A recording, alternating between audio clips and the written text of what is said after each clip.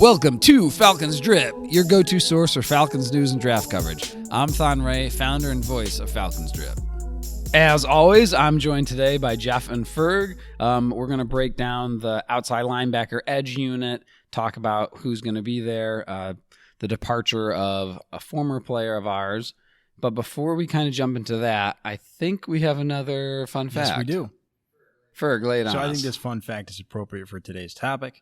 Fun fact, elephants are the only animal that cannot jump. Huh. Here's the thing, though. Do you consider human beings animals? I mean, are we animals? Because I know some human beings that cannot jump. You can't fit a sheet of paper through the feet in the floor when they try to jump. I think you can fit 2 sheets underneath me when I jump, but that's about it. Hey, that's more than a lot of people, Jeff. So, talking about jumping, do we think that Dante Fowler is going to make the jump this next season and kind of be a little bit better than he was previously? I think he should be better than he was last year. The defensive scheme should make his life a little easier. I don't know that he's going to get back to the Rams form because he's not playing alongside Aaron Donald. He's not. And, Grady Jarrett is amazing, but Aaron Donald is different level, You're level talking about player. a top 5 defensive tackle versus a Right. top 5 defensive player in the past decade. Yeah. Let me ask you something. This is maybe a topic for a separate session, but we've talked a lot about how this defensive scheme is going to help just about every position up until now, and it doesn't seem that anyway, I suspect is what I meant to say, that we'll continue to talk in that way. Who does it impact potentially negatively, right? I mean, being that, who does it put the most weight on? Someone's going to have to pick up more weight, right? So you're saying like who in this scheme, like, who's going to be relied upon? Who is more? going to be relied upon more? Thank you. That's exactly what I'm looking for. And I think that goes back to our last podcast of the inside linebackers. I think they're going to be asked to do a lot more. They're going to be relied on heavily because that's our best unit that we have. So I just wanted to I just wanted to make sure that I was clear on that, right? That I had a clear understanding of like what the focal point is. The other thing is it's more of a strain on all the defensive players because you're not necessarily playing a unified scheme where you feel comfortable like this is my job. Like in general. Of course, there's going to be some differentiation just so you don't run the exact same play every time. But in this scheme, everyone is going to be asked to do a lot. So you have to be able to do more than just play zone coverage. You're going to have to play man. You're going to have to play zone. You're going to have to blitz. You're going to have a lot more responsibility. And to some people, that's a fire starter and it's great. And to some people, it can be overwhelming and they can really struggle. So individually, it's going to be who can adjust and who can't. And if you can't adjust, I don't expect you to be on the roster come week 1. Right. And so we all anticipate that Dante Fowler will be able to adjust, not just adjust, but he's going to be one of the parties that we rely upon. Yeah, I think right now he is the best. Like if you look at the edge guys, he's their best pass rusher we have out of that unit. Certainly. Unfortunately, in my eyes, he's more of a Robin instead of a Batman. When you look at his stats, only one time did he ever break double digits, and that was with Aaron Donald, and I think Clay Matthews was also on that team. And Clay Matthews kind of turned it on towards the end of the year. So I do think he'll be better. Last year he had 3 sacks, which is pretty bad. But it wasn't just 3 sacks. It was like 3 sacks and 8 quarterback hits and not a lot of pressures. So we have to see him take the next step, which I think he will for a couple of reasons. One, he was hurt last year and he had COVID last year. And I think both those 2 things kind of derailed him a little bit. So I think we will see a better performance out of him. Not only will we see a better performance out of him, because we're going to be sending these different blitzes and people are going to get confused and there's going to be different... There's going to be different looks for the offense, so they can't just say, hey, Fowler's coming every play. Let's load up over there and be fine. Definitely, and they're going to have different pass blocking schemes, and there's going to be more mistakes because of that. And Fowler may have more chances to come like free, and he's a good enough athlete. Like if you don't block him, he's going to make you pay. Let's talk about this real quick. What is holding Dante Fowler back from becoming that Batman, right? Instead of playing the Robin role, what's holding him back? Why can't he play Batman? So it's always seemed like he has a limited arsenal of pass rush moves. He's really like a springy, explosive guy, and he similar to what Vic Beasley was, but a better version of that. Less explosive than Vic, less like straight line speed, less of that.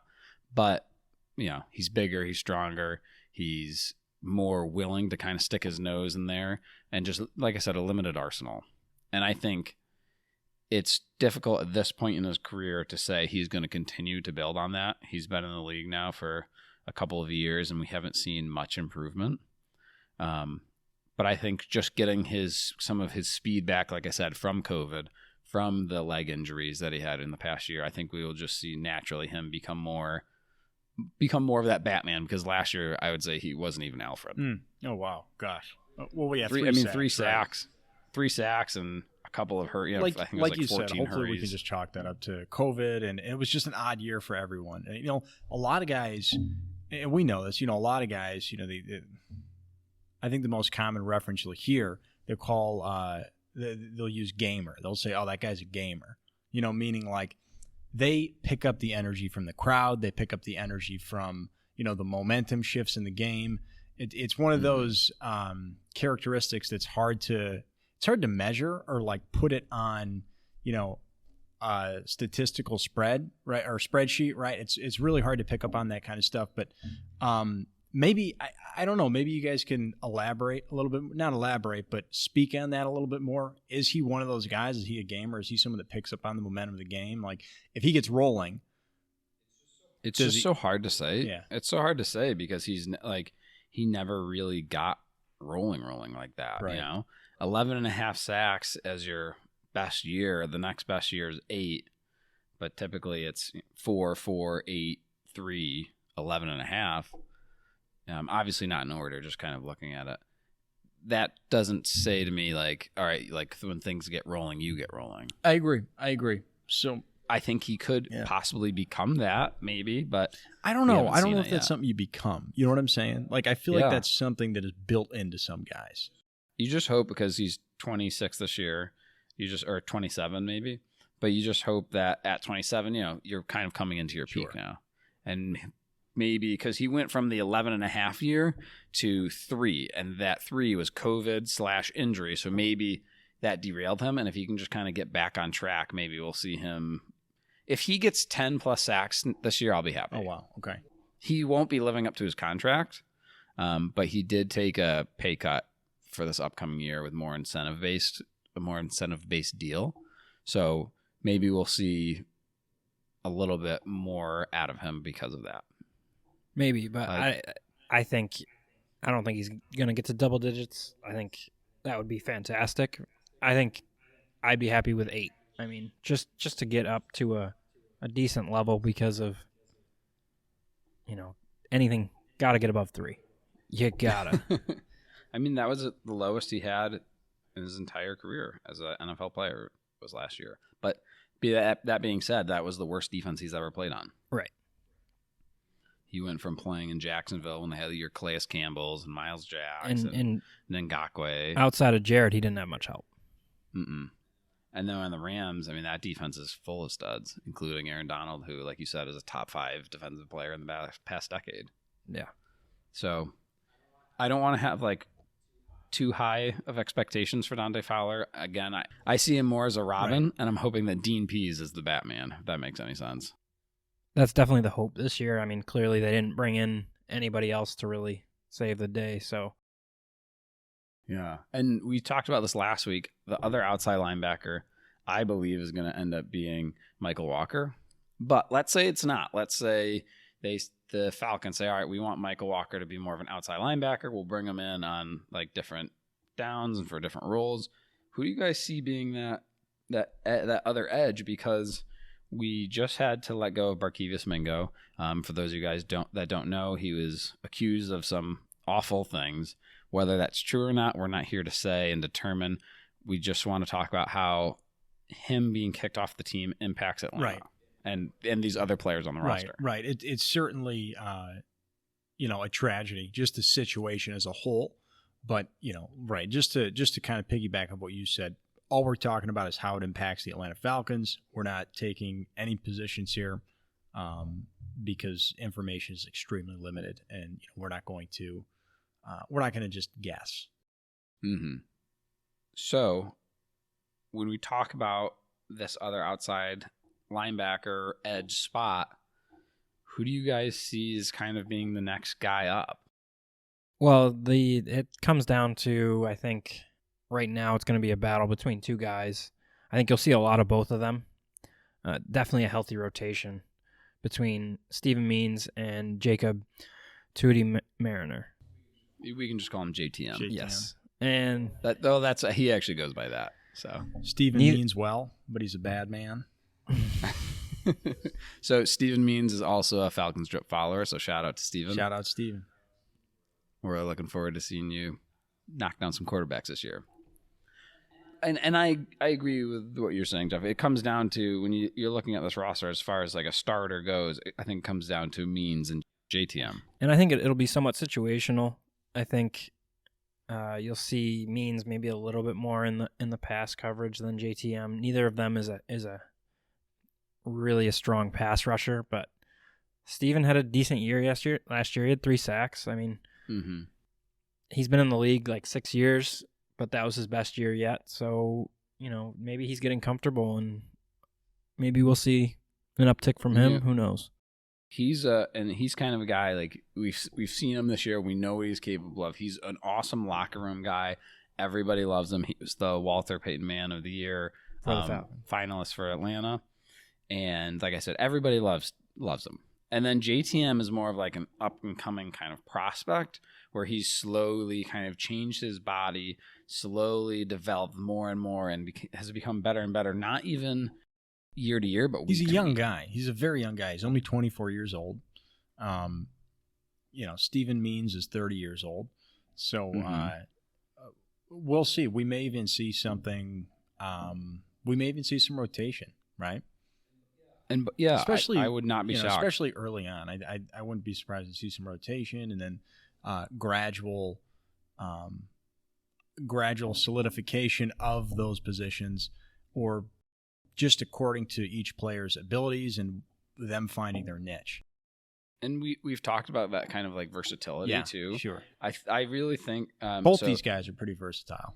Yeah, JTM can bump inside. He actually started out as a defensive tackle. And then he's worked his way kind of out slowly to a defensive tackle, defensive end, and now he's listed as an outside linebacker. Something I got to say about Steven Means is, he's a little bit longer. He's not as heavy. He doesn't have as much weight. But I kind of like that. I like that for an edge player. That little bit of length. Extra length that JTM doesn't have goes a long way. It's not to say JTM won't be successful. They're just different. They're different, exactly. You'd probably play them in a different scheme. I didn't mean to interrupt you. I'm just... No, you're fine. I was interrupting you, actually. But don't interrupt. Steven... So Steven Means, like, he's going to... He exactly where you're going with him, and I know we said that already. But he's going to come in, and both of these guys, really, they're going to come in. They're going to give you everything that they have. They work really hard. They play special teams and a bunch of different ones. And, I think these are two guys that are going to make the roster no matter what, because they'll either play as the backup role, they'll play as this role, and they're going to be on special teams. Neither one of them, though, I would really want dropping back into pass coverage. Like, they're both defensive linemen. They're both defensive ends that are listed as outside linebackers. And they're not the only ones there that I kind of see that with. Are interesting. Real quick, because I feel like this is a perfect segue for you want to get into something else. I want to ask a question, though. Jeff, who do we know more about? I feel like we know more about Steven Means as far as his play. Is there anything else you can provide on JTM? JTM still has a little ways to go. He had one phenomenal game for them last year where he put up a lot of his NFC Defensive Player of the Week. What was that? Can we talk about that a little bit? I don't want to take up too much time, but I'm curious. He absolutely shredded the Raiders. Yeah. Just tore them up. He forced a fumble, had a fumble recovery, or 2 fumble recoveries. I think that game. I think he had 2. I can't remember off the top of my head. But he was just awesome. He tore it up, right? So we've seen him shine, is what you're saying. Yeah. Yeah, he had a great game there. Okay. And also too, he's only played outside linebacker. Like, this is going to be his first year outside linebacker. And in college, he bumped all over the defensive line. He was an end. He was a 3-tech. He was a nose. He was the strong side end, weak side end. So he's really never been able to kind of develop into like one role and just kind of give that role his all. So we're really hoping at 24, been in the league for 2 years, he can kind of develop into something now that Dean Pease is going to get his hands on him. And he might not be ready this year, but I think he will be. He'll be a factor this year, and possibly a big time contributor in the future once he kind of finds his. So edge. we could see Dean Pease, or what we could probably expect to see from Dean Pease, based on what you both told me, is that he will be a big part of helping JTM mold into the player that he needs to be in order to get on the field, more so than he already has. So I think JTM's like clay right now. And I think any coach would mold him into what they want him to be. And I think Dean Pease will mold him into the best version that he can possibly be. Got it. Because that's what Dean Pease does best, is he puts people in best situations to positively impact the defense. Because we're still talking about JTM, I just looked up that Raiders game because it applies. He really did tear it up. He had 4 solo tackles. He had 2 assisted tackles, and he had 1 sack. I mean, that's good. Mm-hmm. How about the forced fumbles and forced stuff? fumbles, you know what? What did he have? Forced fumbles, I don't know. Let's see. 2 forced fumbles. Wow, that's good. Yeah. And I think both of those should have been 2 fumble recoveries. 2 fumble recoveries, 1 forced fumble. Thank you. Yeah. But that's incredible. It's just, that's a great game. That's a great game. Yeah. And he's we're hoping he can be a big time factor. And going back to, I know I said this right, both those guys are going to be special teams contributors. So I look forward to seeing what they kind of do in the future. Oh, and one more thing about Steven Means before we move on to the next guys is Means is one of those players, like, he's the first player to celebrate with you. Like, you see AJ Terrell makes a pick. Steven Means is running from the other side of as the defensive end, and he's the first one to pick him up and cheer him on. And like, he's a guy, everybody loves him. And how could you not? And that's what I'm saying, man. Just that energy is infectious. It's contagious, especially when you're in it. You need people with that kind of energy. You really do. You need people with that kind of energy. They can change the momentum of a game. They really can. Make a big play or just get, hype everyone up when a big play is made, as you said. You need that explosive energy, positive energy. I really like that about Steven Means. Yeah, I couldn't tell you how hyped I was when he started following. Like, it was just, he's somebody who, like you said, just brings that energy, and just kind of seeing that and having him kind of be a part of this kind of stuff is just awesome. So those guys are locks. Dante Fowler's a lock. Steven Means, JTM, all locks in my opinion to make the roster. Okay. Especially losing Barkevious Mingo. Those 3 guys are locked in my opinion. You got to have some experience on the team. Mm-hmm. Now, we could, maybe Atlanta goes out and brings in a bunch more pass rushers, which I don't think so between now and the end of camp. I don't think they will. I think they want to sit on their money and kind of save it. And even if they do that, I still think those 2 guys are safer than most. It's not like there's a good guy out there. Every team wants pass rush help. There's not some knight in shining armor sitting out there that you can go pick up and days saved. And Justin Houston right now is the only person that you could think of. Maybe, but a lot of teams have tried picking up these veteran pass rushers at the end of their career, and it hasn't given them the production that they hope for necessarily. Yeah, it just depends. It depends when you pick these guys up. It depends on what you're looking for. Like, if you're looking for a guy to come in and be a Batman 33 years old on a decline, like you're going to be mistaken. If you're picking up somebody to bring them in as a rotational pass rusher and Just kind of third teach some of downs, your young guys some basically. stuff, then you're Maybe. going to be a lot happier. You still have some success stories, and they're outliers for sure. Like Dwight Freeney, Yeah. he produced almost all the way up and until he came in. left. He came into Atlanta, and that's exactly how they Yeah. used him. And he taught Vic Beasley a ton of stuff. And then when we lost Dwight Freeney, Vic Beasley went. Right. I promise I'm not bitter about Vic Beasley. He was just the player I wanted Atlanta to draft, and they drafted him, and I was so happy. And man, was I so wrong. I'm going to say this. I've not been wrong like that on a draft pick in a very long time. Well, So, don't flatter right. yourself. I'm just going to toot my own horn. All right. So I want to talk about our 4th round draft pick, Adetokunbo Odendeji. I don't know if I said that right. I think I did, but we're going to call him Ede or AO, whichever you guys prefer. AO works for me. Yeah, AO's good. Okay. So AO drafted him this year. So we picked him up round 5, pick 182 out of Notre Dame. He, in my opinion, he's going to make the roster just for the fact that we drafted him. We're hoping that he's going to make an impact. I was a little confused when we drafted him. He reminds me more of, similar to JTM and Means, a 4-3 defensive end. So I was confused on how he's going to be used as a linebacker, like outside linebacker, and he's a little too small to kind of bump inside. They have him listed as an outside linebacker. So it'll be interesting to kind of see what they do with him. You know what I got to say, though?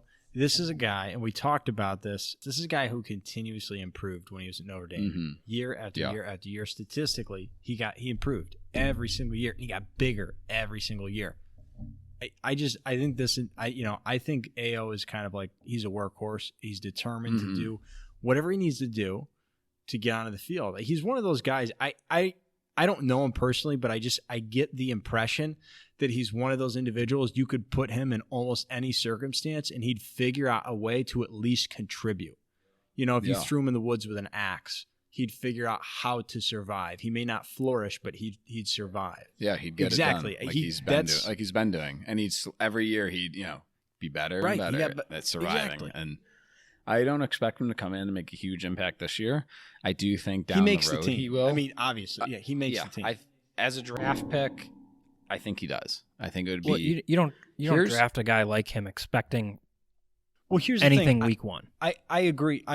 Yeah. He's a project. He's a project. I mean, exactly. 100%. 100% a project. Here's what I've got. And by the way, also too, he was the comp pick that we got for losing Vic Beasley. So here's what we know about him. And this was from what I observed. He has long arms. He's got good size. He's 6'4", 260. And like Ferg said, he's continuing to add on muscle each year in college. He's got a good bull rush, a good motor, and he's good against the run. And I think his potential is high. Now, that being said, he needs to add more rush moves. He's got poor technique, and he falls down too much. Like, if you watch, it just seems like he sometimes just falls over. And he can be a little slow off the start, which is... He can be a little slow, period, which is one of the things why you could end up seeing him be bumped down to the practice squad if he can't do anything on special teams. What needs to happen with him is, and Dean Pease will figure this out, whether or not he's going to work, but truthfully, what needs to happen with him is they need to decide, okay, are we going to have AO lose weight and work on speed and agility so that he can play, you know what I mean? He wasn't fast when he was smaller either. So it's not like good to know. losing weight isn't gonna help him. So there's one option. You might as well just get bigger, get stronger, play to your strengths. Or kind of like what you said, like I could see it kind of two options. Like you get bigger and stronger and you kind of bump inside with him, or you kind of remain where you're at and kind of craft and refine your technique. And then you only come in when we're playing the 4-3. And, when he comes in and plays a defensive end, he's not dropping in the coverage, but he'll come in and he's going to play heavy against the run and try and get after the quarterback. There you go. That's something absolutely, like Thon said, you could definitely see a refinement of his current skill set. And, just a highly specialized player. There's room for that. Yeah, There's room for that in this defense. he might not be a starter and of this versatile player, but he might come in when we know we're going to go 4-3, or we know we're going to play with a defensive end out there, and we're just going to throw him out there. And if he does that as a 5th round pick, that's a huge steal. That's Absolutely. a win, in my opinion. A specialized player to if 5th round 5, you draft him. If he stays in the team for 4 or 5 years, it's a win, and he contributes. Especially if he contributes in the pass rush.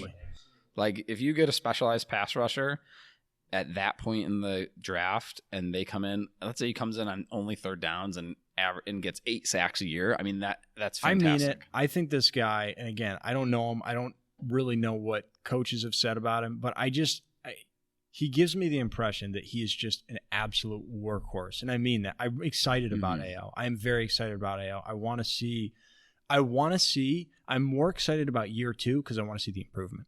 That's what I want to see. I want to see how committed is he really? Is he what I think he is? And that's someone who's just, he's got an incredible work ethic. Definitely a hardworking player, it seems like, with the growth, like you guys said.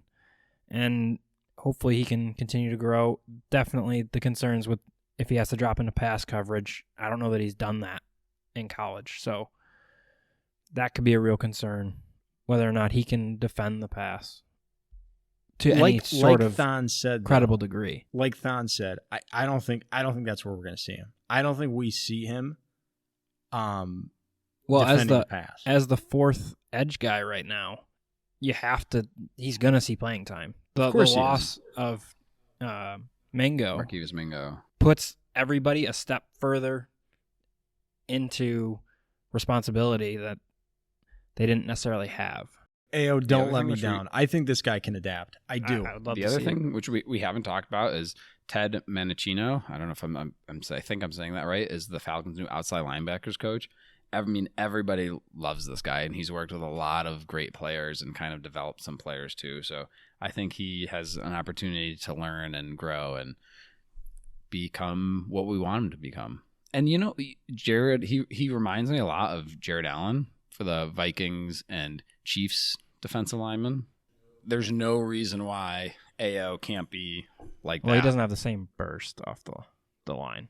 That's the difference. Jared Allen was a special player, but I get what Thon's saying. Thon's saying not necessarily Jared Allen. He's saying that kind of play style, right? That kind of positioning. Yeah, Jared Allen was drafted in the 4th round. Like, nobody thought he was going to be as good as he turned into. But AO could come in and kind of play like that similar style, maybe not be as explosive, but if he can just kind of blow guys back and push the pocket and just be a force, there's no reason he couldn't do that. So I heard this quote: guys who are capable of reducing angles instead of turning steep angles have a better recipe for success. So by saying, like, guys coming out of the draft who are able to kind of collapse the pocket and reduce these angles, typically, and if that's their one good thing that they're at, are more successful than these guys, like these speed rush guys who come off the edge and aren't as fast as the offensive tackles in the NFL compared to the ones they were in college, and they just kind of get blown off the ball. Does that make sense? Sure, it does. It absolutely does.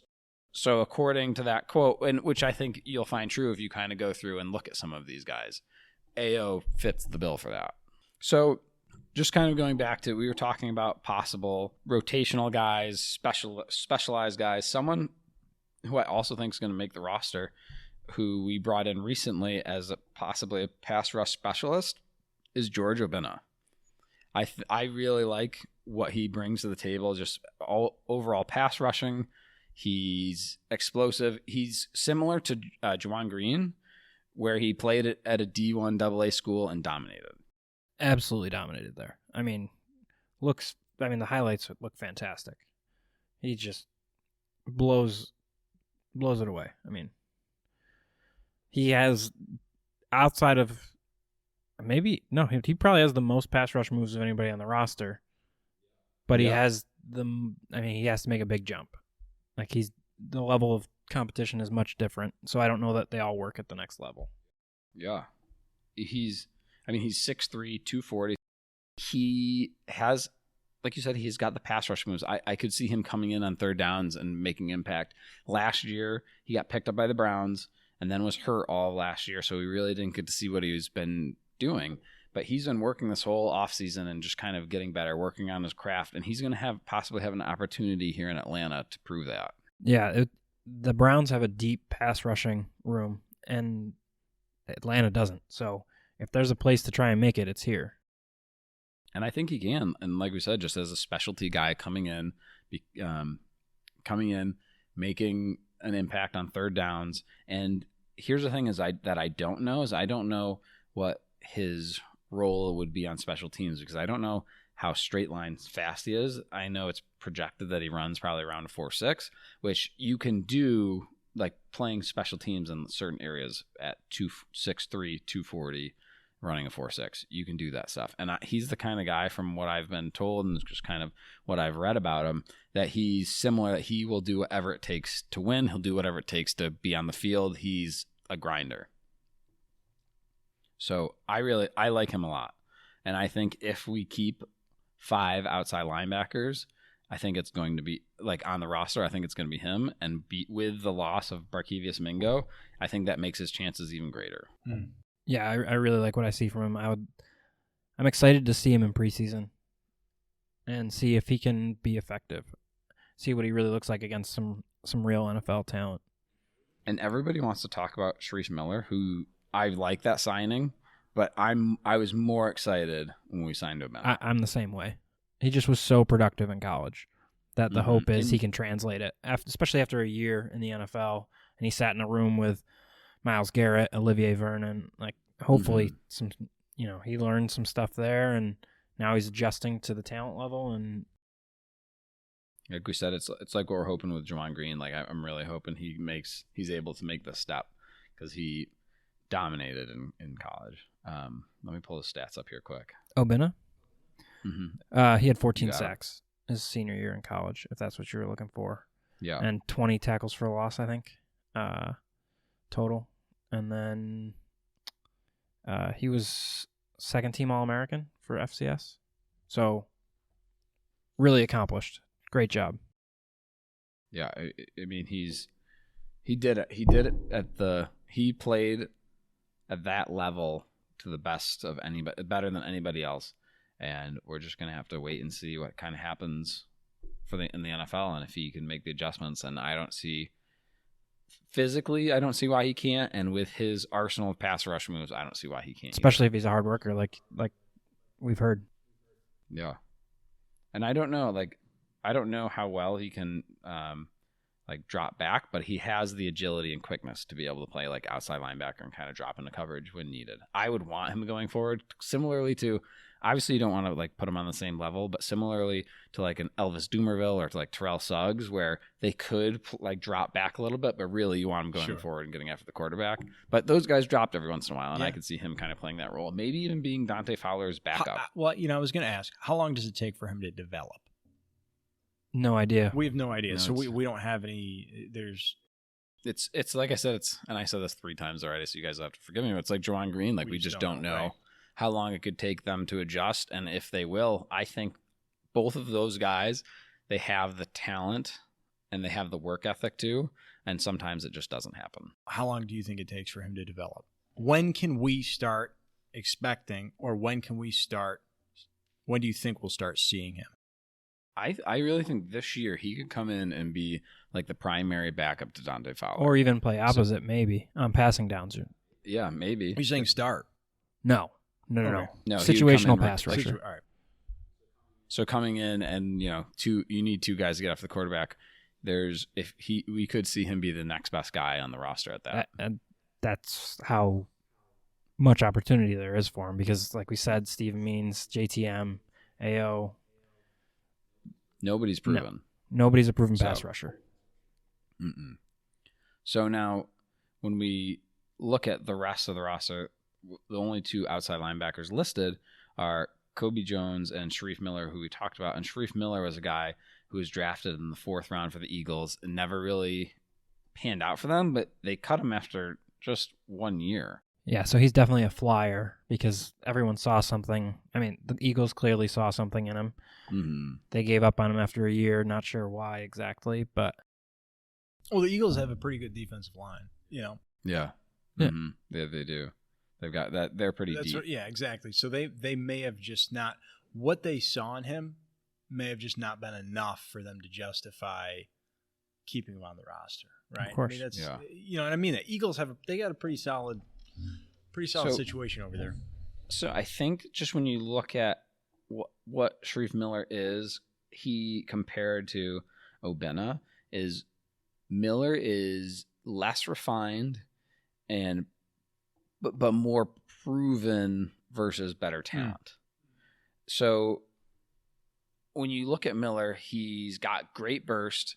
He's shown the ability, like he could possibly be able to play outside linebacker or defensive end. You've seen him with heavy hands. You've seen him being disruptive, like slanting and just be explosive off the line and, you know, good athleticism. And I don't know if we talked about the size, but we're talking about 6'4.5", 260 pounds.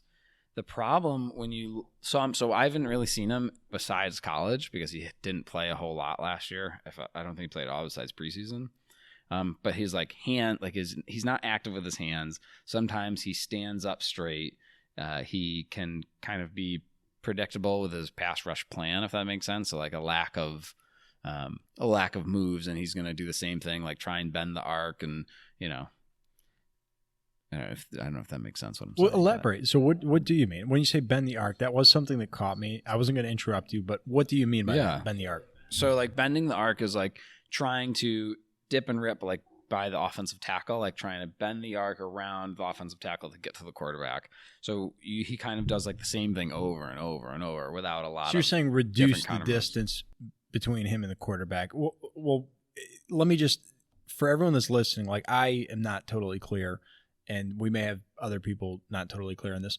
When you say reduce the arc, you mean just taking a clearer, more direct path, undercutting the tackle, so to say? Yeah. So reducing the arc is just like getting quick off the line and just changing your overall path to the quarterback. Like it could be getting there faster. It could be using different hand techniques to get around the outside. It could be cutting it inside. And he just doesn't have a plan. It's like the same. You see the same arc over and over. So once you kind of get that figured out, and which happens in the NFL, tackles just sit there and wait for you, and then it's done. Interesting. So you got to make a move. Like it's, you know, let me just, again, I want to dig into this a little bit more. So it's like kind of like balancing between a bull rush and you're going to, you know, rip or windmill around the tackle, right? Yeah. Because you got to keep them guessing, right? That's the most basic way. Like, are you going to go around them? Are you going to go inside them? Are you going to go through them? And his is just very predictable. I get what you're saying. So, but I really like his ability, and I think there's a reason why he was drafted in the 4th round. I think we would be crazy not to keep him on the practice squad and kind of see what happens. And if he has developed, I mean, for all we know, they might. I don't think this is going to happen, but they might like him better than Obena, and he might be the 5th guy, and Obena might be on the practice squad. But I lean towards it being the other way. I'm the same way as you. I really like Obena, and I think Miller just hasn't shown. Like, he played against better talent and did okay, but like you said, there wasn't as much tantalizing upside. Mm-hmm. You kind of feel like you kind of know what you got. Yeah, he just has more. He's less refinement. It's you've got a guy who's less refined, but has done it against better competition. Or you've got a guy who dominated at a lower level and seems to have it all put together. All right. So let me ask you guys this. I don't want to skip over anybody, but I am curious. And that's how many end positions or edge positions do we keep on the roster? Excuse me. And who are they, right? Who makes a practice squad? Who makes the roster? So I think kind of like looking at it, I want to say of these guys that we've talked about, and there's one guy we haven't talked about, and I'm just going to bring him up really quick, and that's Kobe Jones. And I just don't see how he makes the roster. Like, I've watched him. He just doesn't excite me at all. I mean, he's 6'4", 260 pounds, runs a 4.9. So he's nothing, you know. To me, Sharif Miller's a better version of him. Yeah, agreed. Like when they signed Sharif, that was like the end of Kobe Jones. That's how I saw it. I didn't even, honestly, before Sharif was on, I was kind of wondering how Kobe was going to make it, unless they saw something that I didn't, obviously, or they knew something that I didn't know. But I think there's nothing spectacular about Kobe Jones. I mean, like you said, it's not a shot at Kobe Jones. It's just you could throw a dart in the air and it'd hit 10 other guys that can do what he does. Yeah, and I think Jeff said it best when we were off air. He's the John Rain of the defense. Not gonna make it. Let's not. Don't. So just jumping. So you're back telling to me what John Rain's not going to make it?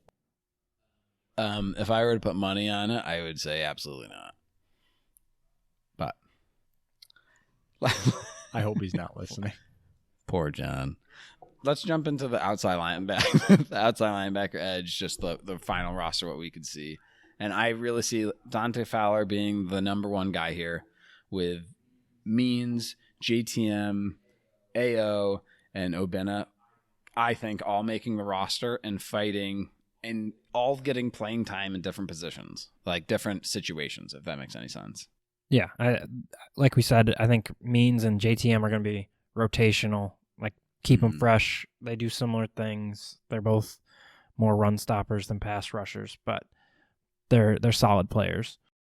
And if you look at JTM too, he's completely like transformed his body from this year to last year. Like if you see pictures of him now, he's like just looking really yoked up. Yeah, and lean. He looks lean. He looks very lean. Which before he was a little bit chunkier and bigger and played he's a small defensive tackle, and now he looks more like a big defensive end. So those two guys, Means and JTM, are locks. Ogundeji being drafted, I think, is very likely to make the roster. I would give him a 90% of making it. The only way he doesn't make it is if he completely falls off with special teams and can't do anything, and they feel like he can't be ready this year and they need the roster spot. They might try and put him on the practice squad. Here's the thing. I don't think they do need the roster spot at edge. I don't see anyone else that stands out so much that you wouldn't at least give your 5th round draft pick a shot. It's just like if other people can, make an impact, because we've got some of these interior defensive linemen who we can talk about tomorrow that can also bump out and play some edge like that. So if he can't, if we don't, J-Com? Yeah, absolutely. He's one of my favorites. So Ogundeji probably makes it. Like I said, 90% he makes it. The other 10 he's on the practice squad. Then we've got Obena, who I also think is going to make the roster, and it sounds like Jeff also thinks that. He's my favorite to make it of the last 3 guys. I would say I would give him 75% chance of making the roster, 25% he's on the practice squad. Yeah, I think he's on the team. Yeah. And then the same thing, I think Sharif Miller is a lock for the practice squad. I think he's got too much talent to just kind of let him go. Yeah, unless there's a reason Philly let him go and he proves it again, so I wouldn't say he's like definitely on the team. Yeah, I agreed. Not definitely on the team, but I would say he's likely. He's a hard look. He's a hard look. It's definitely too early to make a determination. He could pass Obena. Let's see how camp goes. But that, in my opinion, he wouldn't pass him.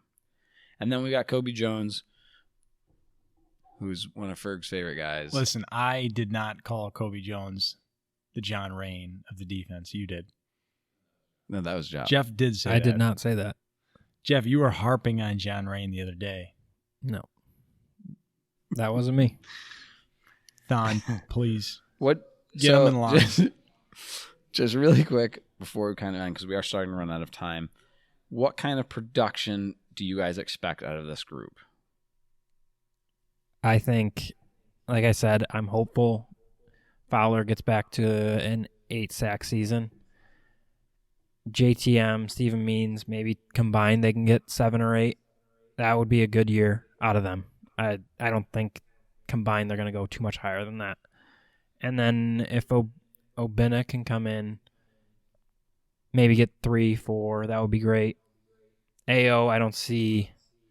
Maybe he has a game where he has 2 or something, and maybe he has one other one of the year. I think another 2, 3 sacks for him. Turns it on towards the end of the year, maybe kind of gets adjusted. Yeah, he's a developmental project. I'd like to see, my goal for these guys is I would like to see Fowler hit double digits. I would like to see Means and JTM hit double digits together combined. And then Obinna and AO, if they could get to 8 together, I mean, that would just be that would be a fantastic season for our outside linebackers. That would be really fantastic. I'm trying to be semi-realistic here. I'm being realistic. That's their ceiling, I think. So, all right. With that, we're gonna wrap up Edge. We kind of like discussed. We've got our Robin. Hopefully, he can turn into a Batman. It doesn't sound like we're very optimistic about Dante it. Fowler. We got some. Yeah, Dante Fowler. We've got some other guys that are gonna probably work in. We all think that Michael Walker is probably going to be the starting outside linebacker, who we covered on the inside linebacker segment, so we didn't get into it too much. Again, this is Thon Ray. You guys can follow us at Falcons_drip on Instagram, Facebook, and Twitter. Please make sure you subscribe, follow, whatever you need to do to get the alert for our next episode. If you guys enjoyed today, please leave us a review. It always helps us grow. Until then, see you next time. Rise up.